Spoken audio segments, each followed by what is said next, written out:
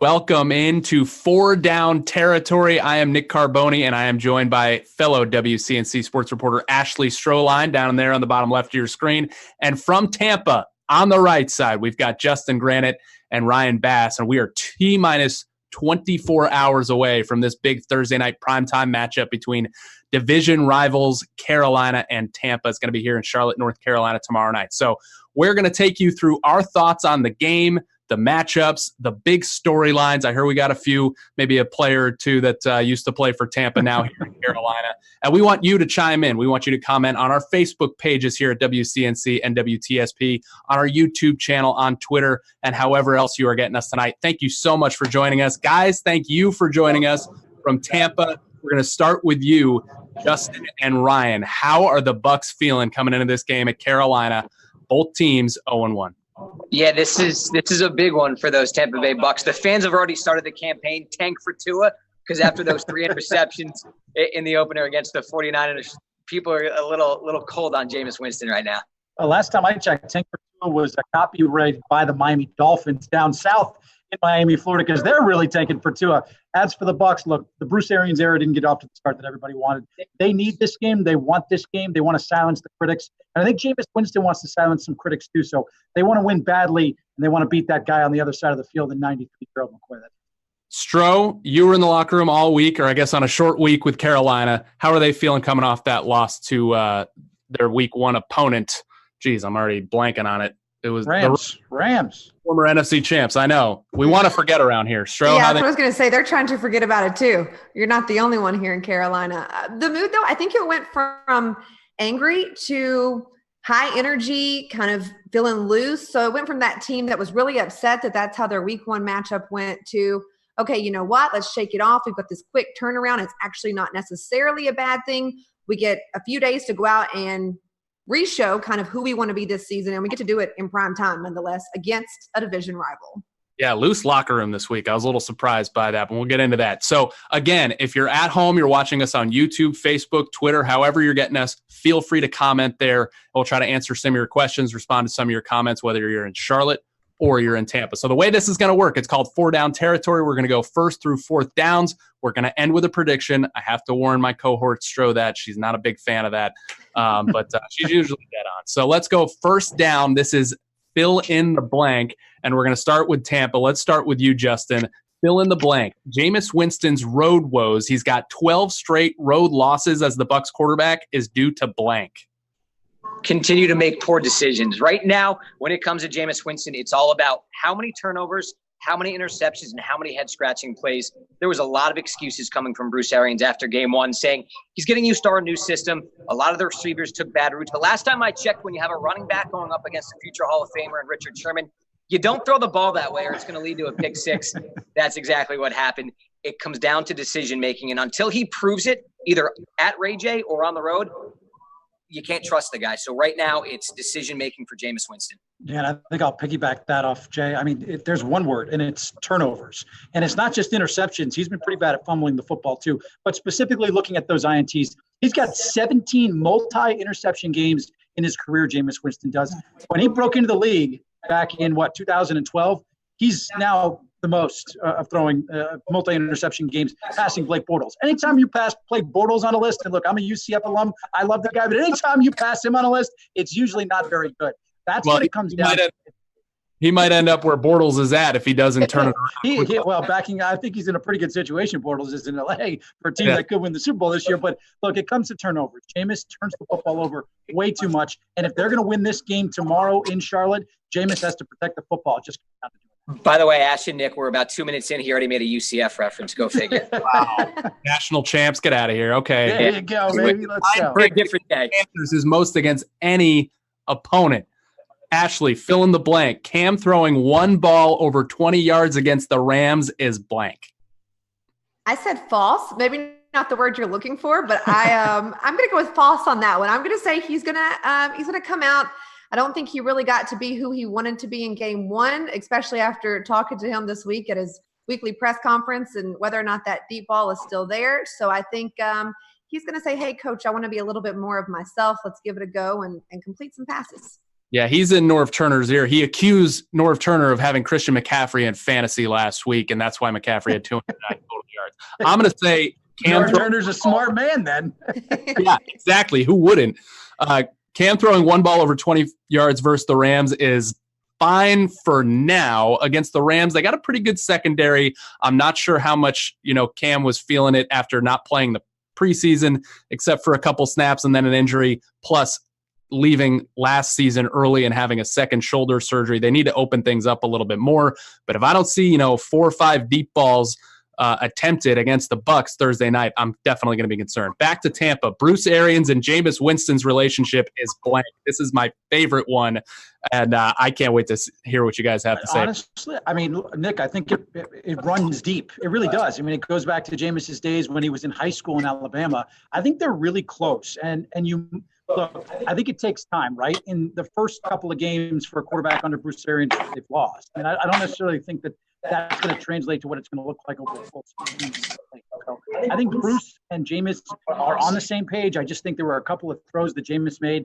that Bruce would certainly like to take back. Look, there was also a couple of touchdowns for Cam Great that were called back as well last weekend. So I think they have a close-knit relationship. They're certainly a tight group. Bruce is a quarterback whisperer. We've heard that tossed around. I think they're going to get it figured out, and that close relationship is going to be key to see how Jameis can grow over the course. Love fest. What do you think about coach and quarterback? Love fest. That's what it is. And he's the quarterback whisperer, but he needs to start screaming in Jameis's ear to get that point across. Because right now, he is not getting that message. Bruce Arians came out of retirement, a cush gig up in the broadcast booth because he truly believes in Jameis Winston. And that relationship does go back so far. And Bruce showed Jameis that Super Bowl ring many years ago that he got with Pittsburgh. And that kind of inspired Jameis for the first time ever, he said, to really want to one day win a Super Bowl. This was dating back to his days as a teenager. He could have stayed retired. He came back because he truly believes in Jameis Winston. And to make this happen after a 5th year picking up that $20 million option, the two of them have to mesh and it has to work. And right now off the field, everything is great. It's just they got to click on the field. He might be the only one who still believes in Jameis Winston, to be honest. Holding on to the deer end he is. All right, so let's talk about Christian McCaffrey on the other side. And I think, more evidence, Ashley, that Norv Turner did draft him in fantasy. He played 100% of the snaps against the Rams. Christian McCaffrey playing 100% of the snaps is blank, Stro. Depends on the flow of the game. I'm going to say highly likely. Coach Rivera was asked about that in his press conference after the game, and he said, well, it's not necessarily what you want to do, but when it's working, you don't want to disrupt that rhythm. So I think if the Panthers don't get a big lead or don't get a good head start, you're going to see Christian McCaffrey out there doing exactly what he did the last game. I think Christian playing 100% of the snaps, 100% is ill-advised. While I don't think they needed to get a lot of help for him in the offseason, and they didn't, they just kept a couple of rookies around and cut the veteran Cameron Artis-Payne. I think Christian McCaffrey was gassed at the end of that Rams game. I think it was inflated to 100% because they needed him to do all the things that he could do to get back in that game. You talk about riding the hot hand. He was the only hand that the Panthers had in that game. So I think it's going to be high as it normally is. They need to keep feeding this kid the rock, but I think it's going to be 96%, not 100. Let's go back to Tampa real quick. Bucs fans are feeling blank about this game against Carolina. Ryan? They're feeling, I don't know, apprehensive. I mean, I like the word. I think they're looking at this as like, can we finally get a victory, right? I mean, this is a team that's been reeling for a decade. For a decade long, they haven't made the playoffs. So I think they're looking at this game as basically a game, can we get a victory against a team that, look, they beat last season. Remember, Andrew Adams had 3 picks on Cam Newton in that final game of the year last year between those two teams. So I think they're looking at it as, you know what, let's go into Carolina. Let's try and put our best foot forward. Let's try and play mistake-free football. Let's get the ground game going. That they had some success with Ronald Jones last week. I know they want to get Peyton Barber going as well. Mike Evans didn't have the kind of game that he wanted last week. So I think they're looking at this and going into this game. Yes. Bucs fans are saying, you know what, let's play to our full potential and try to get a victory. Justin, sorry. Yeah, I've got Bucs fans looking at this as confused. They don't know what this team is right now. There are so many playmakers on the field, whether it's Mike Evans, Chris Godwin, O.J. Howard, Ronald Jones, the running back. We've heard so much this preseason. This is the year the USC running back drafted early last year. He was going to take that next step. It looks like he does, but right now, with Jameis Winston at the helm, they're confused. The defense shut down the 49ers, albeit the 49ers are not a good football team. And the Bucs admitted they beat themselves in that season opener. But no one knows what this team is right now. Are they a borderline playoff team, or are they going to revert back to another 5-win season? So confused. All right, Ashley. Panthers fans are feeling what about this game against the Bucs? I'm going to say uneasy. You had all the hype kind of going into week 1. Cam's back. You've got your offense kind of feeling lots of energy, that kind of thing. Your defense is supposed to be revamped, and then you get a big L. So it didn't go the way they thought it would. I know we were in the press box kind of looking at fans leaving before the game was even over. It was pretty disappointing to watch them didn't go the way they thought out of the stadium there. So I think they're uneasy, but cautiously optimistic. That's my favorite go-to, cautiously optimistic. So there we go. I feel like Panthers fans are on edge about this game, guys, and they're on edge about a whole lot of stuff. Like, is this new defense really going to be the one that returns the Panthers back to its glory days on defense? Is Cam going to be who Cam was 3 years ago ever again? They just didn't see all that come together in week 1, and I think this is a good opportunity for this team to try and show all of that in prime time on Thursday Night Football. Okay, so that is the end of First Down. Good job, everybody. Kind of looking at stuff for comments and stuff we can read, on the air, on the live stream. We got, some Jameis hate. We got hate on our quarterbacks in both of our markets. Do you feel like we have a comment at this point? You know what I think Justin loves? Justin's a trendy dresser. I think he loves Cam's attire. Well, I just want to know about Cam's hair and how much product he has in it, because he gives me a run for the money. I do like the triple blow dry in the hair. I think he's got like the quadruple blow dry and a lot more product. All right, let's get to second down, guys. We are going to do a little buy or sell. I'll throw out a topic. You got to buy it. You got to sell it. We all know how this works. Let's start with you guys in Tampa. Justin, I'll get this one to you. Gerald McCoy in the Panthers locker room this week was downplaying this matchup. The Bucs cut him after 9 seasons. Warren Sapp said a bunch of not nice stuff about him, but Gerald McCoy says this is just another game. You buying or selling? I'm selling. Hard sell, especially after all the comments Bruce Arians had about Gerald McCoy and also Warren Sapp calling him undeserving of being in the Bucs Ring of Honor after he retires down the road. He said it wasn't that important. He said his family, the friends, the fans, the media, they're all playing this bigger than what it is. He knows this is a big moment for him. When Ndamukong Suh was given his number here, it hurt him. It hurt him the final game of last season when he knew that was it. He sat in that locker room and looked at all us and said, this is likely it. This is my last game as a Buck. And I know he wanted to retire as a Buccaneer, but Bruce Arians and this new regime had another plan in place. That's false. This means a lot to him. Ryan, Gerald. I'm going to sell that. I mean, I've covered Gerald for years. Justin and I both have. I mean, he's at his locker yesterday. And Ashley, I'm sure you were in the locker room, and he's talking about how, I'm going to retire a Buck. I've already talked to the Glazers, one day contract, whatever it may have. He cares about this game. He may tell you face to face, it's just another game. I don't care about it. I'll tell you what, he'd probably care a little bit more if it was played at Raymond James Stadium this Sunday instead of in Charlotte, North Carolina. But he cares deeply about this team because he wants to go out and prove, not just to Bruce Arians, but this entire organization, Jason Light and company, that, you know what, I am a Pro Bowl level type defensive tackle that you let go. He's going to try and wreak havoc. He's going to try to be in the backfield all game long. I'll tell you what, him to say it doesn't mean much. He's just blowing smoke. Yeah, we got to him in the locker room yesterday, and he kind of gave us that face, when a dude doesn't want to talk to you about what you want to talk to him about. And it was he gave us that face for like the last 8 years, so don't worry. I'm like, where's the Gerald McCoy I thought we were getting from Tampa? And then he talked to us for 35 minutes about playing against the Bucs, and he's going to try to downplay, but I'm selling that too. I'm going to move on to a Panthers one. Buy or sell, Ashley. Cam is completely healthy. Buy or sell? Okay, I'm going to go with a buy on that. And I'm going to say the reason that he's holding back is he is scared to get hurt again. He's 30 years old. He brought up in the locker room this week how tired he is of being hurt year after year. So I think he's to that point where he's like, I just want to make it through a season being healthy. If that means not challenging myself as much, or you guys don't see the old, quote unquote, old Cam Newton out there on the field, then so be it. We'll figure it out. So I'm going to say he's a lot healthier than we all think. I think a lot of what we're seeing is just him being reserved, trying to stay healthy. Yeah, Ashley, I definitely believe that to a point. I don't think that Cam will ever be fully healthy again, so I'm going to sell it based on that. But I think he's darn close to 100% closer than we've seen him in a while. He's had ankle issues. He's obviously had shoulder issues. He sprained his foot a couple weeks ago. I think he's trying to work all that stuff, those recent injuries back, and he didn't have much of a preseason to do so. Sprained his foot during the preseason. Only ran 3 times, 1 design run in week 1. So I think they're kind of bringing him along a little bit slowly than fans would like, but I think he's getting there. All right. See that 9 rushing touchdown total there on the screen? Gerald McCoy's number 93 is a better option than McCoy for the Bucks. Buy or sell? How about a push? Yeah.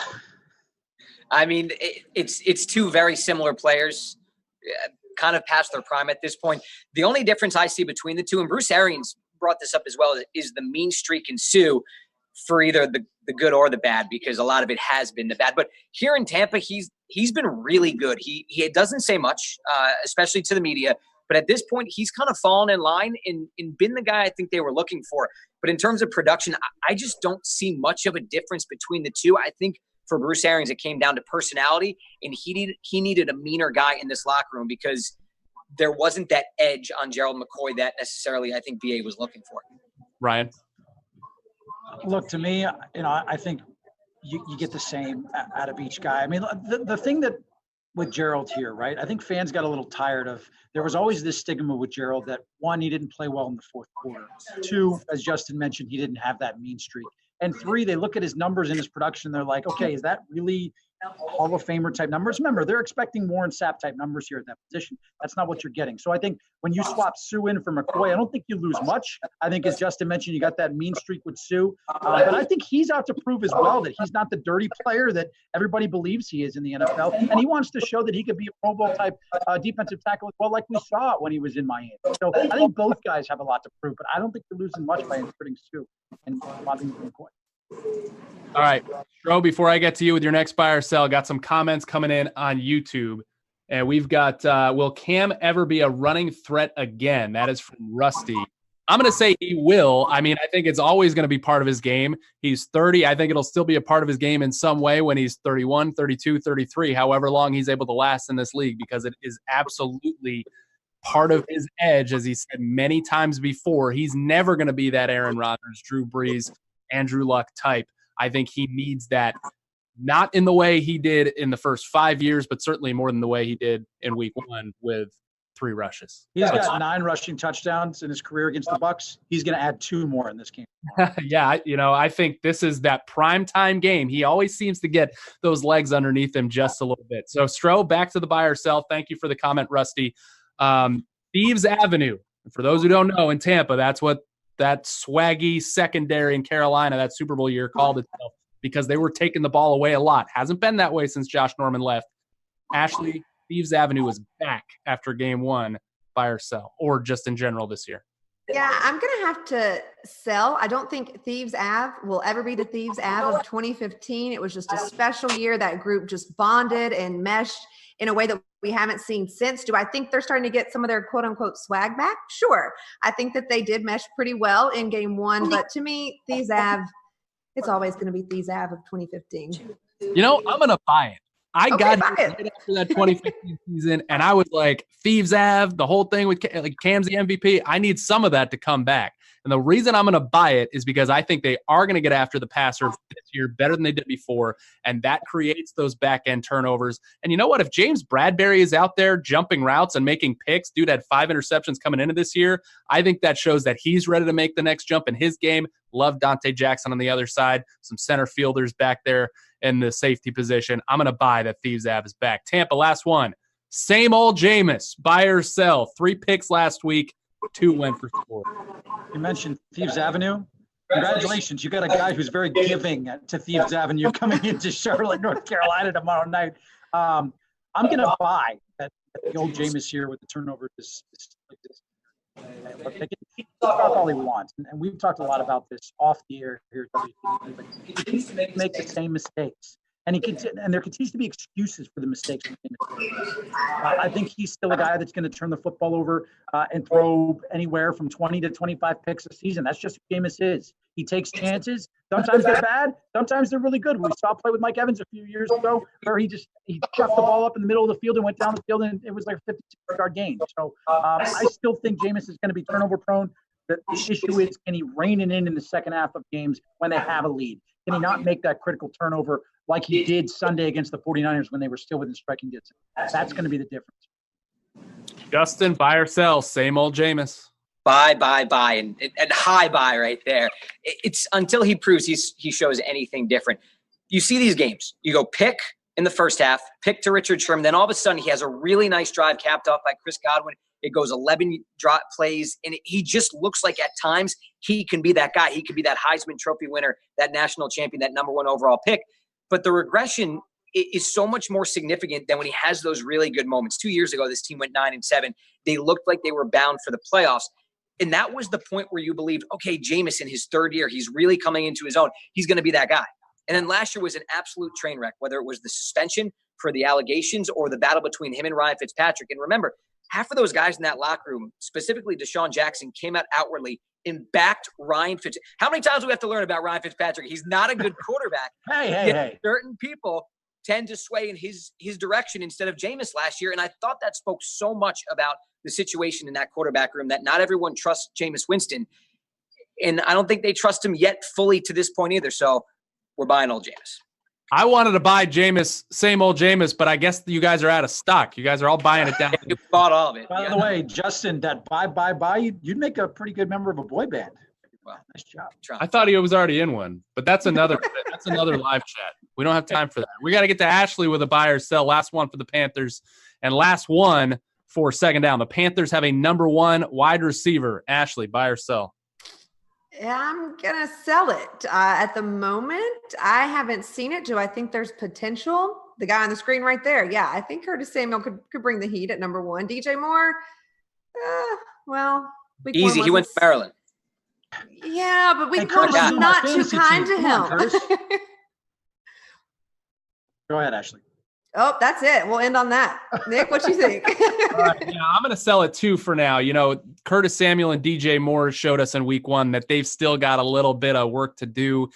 You know, Curtis in his third year technically, but he was injured a lot of those first 2 years, wasn't even a true wide receiver coming out of Ohio State. With all the progress he made when he went out there against a secondary that had Marcus Peters, Aqib Talib, and company in it, he just didn't get the separation we saw in training camp. And you know, DJ Moore, he's kind of the guy you want to get him the ball and then he can do something with it. Well, a lot of what he's done with it is put it on the ground. So right now, selling that they have a number 1 wide receiver. Before we go to third down, does anybody have any comments? We got tons for like Go Bucks on our YouTube page. I don't know if that. Right. Yeah, what is that? Although I do see one from John Smith saying, can we officially call him Jamarcus Winston? Huge bust in reference to Jamarcus Russell. So there's some non-believers out there. He got a better career than Jamarcus Russell. Come on. Yeah, he definitely. We can all agree upon that. All right, let's get to our third down. This is over, under, and we're talking kind of prop bets for this game. Not that any of us are betting anything on the game. Tampa. Entertainment purposes only. Absolutely. Jameis interceptions, and I made up the lines, so they're probably not even close to what they really would be. Jameis Winston, over, under, 1.5 picks. You know the actual over under on that is 5 in this game. For Get at Jameis picks? No, I'm kidding, but it could be. It absolutely could be. Give me the over, man. Definitely give me the over. We're like a broken record these past 20 minutes. Until he shows something different, he's going to throw those picks. He's going to make those boneheaded mistakes, whether he's rushing outside the pocket or he's positioned there. And that offensive line has done him no help either. It's been a mess as well, but give me the over. We've agreed a lot, Jay, on this chat here. I'm going to disagree with you. I think I'm going to go under here. I don't think Jameis throws an interception. Now, he might fumble the football, but he's not going to throw a pick because I think Bruce Arians is going to simplify the offense for him. I think you're going to see a lot of easy check down throws, whether it be to his Mr. Reliable safety blanket, Cameron Brate, or he tries to hit Mike Evans on a hitch route, 5-10 yards up the field. I don't think they're going to try and force the issue with Jameis in this game. I think they're going to try to establish the run, let Peyton Barber and Ronald Jones do their thing, and try to get the ball out to those guys that can be reliable. The Chris Godwins, the Cam Brates. I don't think he throws a pick, which is very surprising to many people watching. Yeah, he's got some good weapons on that football team. Ashley, over under Cam touchdown passes, setting the over under at 1.5, 0 last week. I'm going to go over. I'm going to go 2. I just think he doesn't want to have those questions next week that he had all week this week, that he kind of danced around and joked around. And I think, you know what, you got the week 1 rust out of the way. You're in prime time. You just talked about prime time Cam. So I think when those bright lights come on, we're going to see at least 2 touchdown passes. I'm going to say over. I'm going to go 2 as well. I think when Cam is in the red zone, they're not going to use him as much as a runner there as they have in the past. They've got a fullback in Alex Arma. They've got Christian McCaffrey. Greg Olsen, if he's healthy, as the tight end. Ian Thomas, their young tight end, is a threat there. I think Cam is going to get 2, and I think one of them is going to go to, guess who, Christian McCaffrey. Right there on that screen. Over under Tampa, guys. Mike Evans catches 5.5. What do you have last week? Less than 4, 3 catches, something like Less than that. 2. Yeah, he had 5 targets, I believe, in last week's game. I'm going to go over. I think he's going to be force-fed the football in this game. I don't think there's anybody on the planet that can cover Mike Evans one-on-one, and I think they didn't exploit that enough last week against the 49ers. I think Mike Evans is going to have a monster game. You may see a deep pass or 2 by Jameis in this one, but I'm going to go over 5 catches for Mike Evans. Yeah, I've got over as well. And the reason for him not being productive in that opener, he was battling the bug, a pretty nasty one. He had to check himself out of the game several times. Still kind of getting over that, but it's on his mind, and he took ownership of it. He didn't make any excuses in the post-game locker room. He said, it doesn't matter that I was battling a bug. I need to make more grabs than that. Mike is one of the best wide receivers in all of football. He's going to have at least 6, 7 catches in this one. Yeah, I think Evans should have a pretty good game. I think James Bradbury, the corner here, usually does a good job on him. But I think Evans, he knows he's got to turn it up a little bit. He's going off. 10 catches, $155, 2 touchdowns. Mark. Woo! All right. Poor James. We just added him to Thief Avenue. We're gonna have to All right, Ashley, I'm going to start this one. We got Cam interceptions, 1.5. I'm going to say the under, but he's going to have 1. Cam always has that throw, no matter how sharp he is in any game. He's pretty sharp in the first half of last year. He's always got that throw where you're like, oh, my God, what was he looking at? What was he thinking? Had one last week. I think he gets 1 interception this week. I'm taking the under. What say you? All right. I'm going to go under, but I'm going to say 0. I'm going to say you don't see that one pass. Oh, you might see the pass. Maybe it's not intercepted. How's that? I won't put it to it's that perfect of a game for him, but I don't know. I'm putting all the good juju out there for the Panthers. I think they're going to come out and have a good game. Guys, didn't the Bucs just sign a safety that's picked Cam like 3 times? Andrew Adams. And he did it 3 times. Of course. Last time they met. All right. Tampa All guy. right, well, there's that. Panthers sacks on Jameis, 2.5. Give me the under. They just can't get after a quarterback, and that's dating back to years ago. JPP is out with the neck injury. Carl Nassib is probably their best pass rusher at this point, and this is a guy who was released last year and picked up by the Bucs before the season began. They struggle more than anything else on this team. That aspect, getting after a quarterback, I go under. I screwed that up. Under 2. I had Ndamukong Suh sacks 1.5, but you can throw me a Tampa over under. No, we're going to go Tampa over under here because I think Jay hit it right on the head. This team just doesn't get pressure on the quarterback. They've been struggling to do that for the last couple of years. I actually think what you saw in week 1 from both of these defenses were mirages. I don't believe either of these 2 defenses are what they showed in week 1. I don't think they're very good, quite frankly. I think both offenses are going to be really, really good in this game. I think Cam's going to have a lot of time to throw. I think the same thing is going to go for Jameis here. I don't see either team really getting that much pressure on the quarterback. So. Okay, Stro. Panthers sacks on Jameis Winston, setting that over under at 2.5. That's what you're going with, 2.5? No, that's the over under. I'm saying you said it. Got it. We only had 1 against the Rams, and they usually get after Jameis pretty good. He's been sacked 9 times by the Panthers, most of any opponent he's gone up against, and this Panthers D-line needs to show out after last week. Yeah, and what? Who do you have over there? A former Buck. So I'm going to go with over at 4. All right.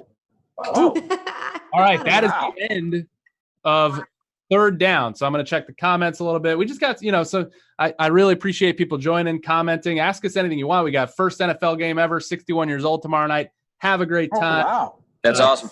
Tampa Bay is going to have a great game. We got that one from Angelica down there in Tampa.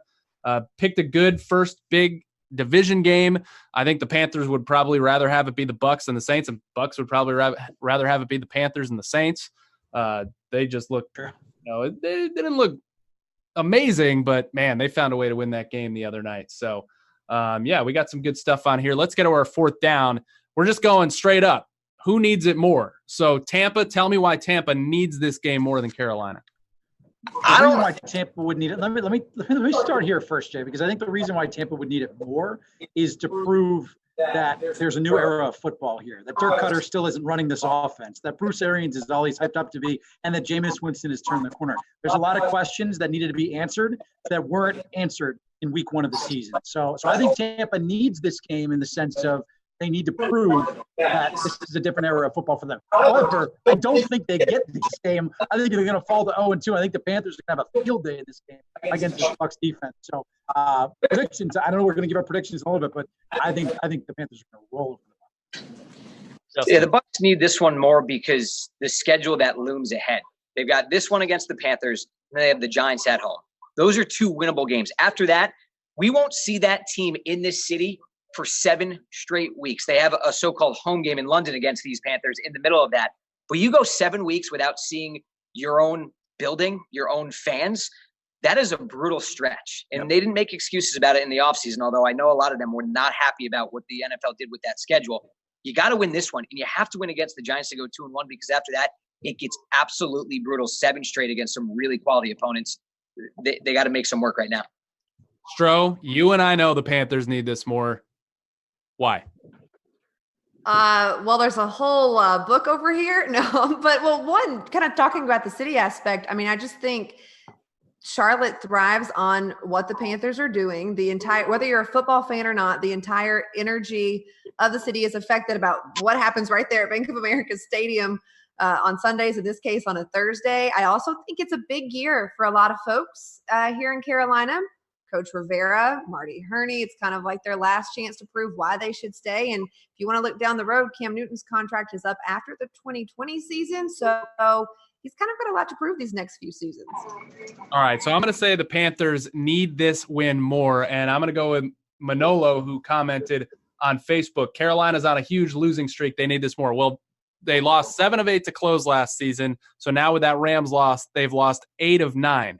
Their last home win at Bank of America Stadium, a place they've been great at historically, at least in the Cam Newton, Ron Rivera era, they have not won a game there since November 4th against this very Tampa Bay Buccaneers. They went to the Super Bowl this decade. Don't give me this. Come on. Don't give the boo-hoo.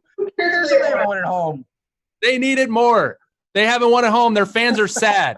Come on. You can't have that sad Panther fan video anymore. I'm tired of filing that stuff. The Bucs fans would love a playoff appearance. You guys are complaining about home wins. They can't start 0-2. They can't start with a loss in the division. They can't start with 2 straight losses at home. I say the Panthers need it more. You guys make a great case there in Tampa. So, all right, guys, let's finish this up with predictions. We'll start with Justin down in Tampa. Panthers 27, Bucs 21. The defense isn't as good as it looked last week against the 49ers, and I need to see something more from that offense. It was rough, to say the least. And Bruce Arians, again, we go back to the quarterback whisper, and he's this genius when it comes to offense. And maybe it will eventually click, and maybe that offense will come together. But until it all fits, I just don't see this team beating a team on the road that has playoff aspirations. Let's be real. The Bucs do not have, truthfully, playoff aspirations right now. It's just to get better from that team last year that was just dreadful. So I've got the Panthers in this one. Ryan? Panthers 37, Bucs 33, which, by the way, would cover the spread for Tampa Bay if that sport did end up that way. Yeah, for entertainment purposes only, of course. I think both offenses get to work here in this game in Charlotte, North Carolina. Which, by the way, I think it's kind of been interesting in the series. They've kind of flip-flop wins at each other's buildings. They've been really good at winning on the road. But I think Carolina's offense gets it together. I think Cam gets a couple of rushing scores, throws for a few. I don't think Jameis turns the football over. I think he's really efficient in this game. But I just think it's a back and forth affair. Tampa Bay's defense isn't built to play in those type of games. We saw it all last year. They were garbage. I think the Panthers get in the upper 30s in this game, and I think they win it. But it's going to be an exciting one. At least I think that's what everybody wants to watch on Thursday. Yeah, to your point, Ryan, I think we have a graphic that shows that the team that's won the first game in this series the last bunch of years has gone on to sweep the season series. Now, from Carolina's perspective, we know that they're a streaky team, so that may have something to do with it. But big to get a division game off the bat. I'm going to say Carolina has a get-well game on both sides of the ball. They're happy to scrap that Rams loss, get to it again at home. Their only scheduled primetime game of the year. Same for Tampa, I believe. I think Carolina wins it 31-17 comfortably. Bro. Oh, I thought you were passing over me. You know, I like to be like Switzerland on this, right? Like, I don't like to give my opinions. I'm going to go 28-21 Panthers. How's that? That's a prediction. Great job. You did it. See, it wasn't that bad, right? That would not be within the spread. Yeah, well, so she may secretly have some money somewhere. I don't know. What? Never. Guys, it's going to be right there tomorrow night. Big, beautiful Bank of America Stadium in Uptown Charlotte. Panthers, Bucks on Thursday Night Football. Thank you for joining us on 4 Down Territory. Good luck to you guys the rest of the way. Appreciate it, guys. Yeah, you guys as well. Thanks for having us. Appreciate it.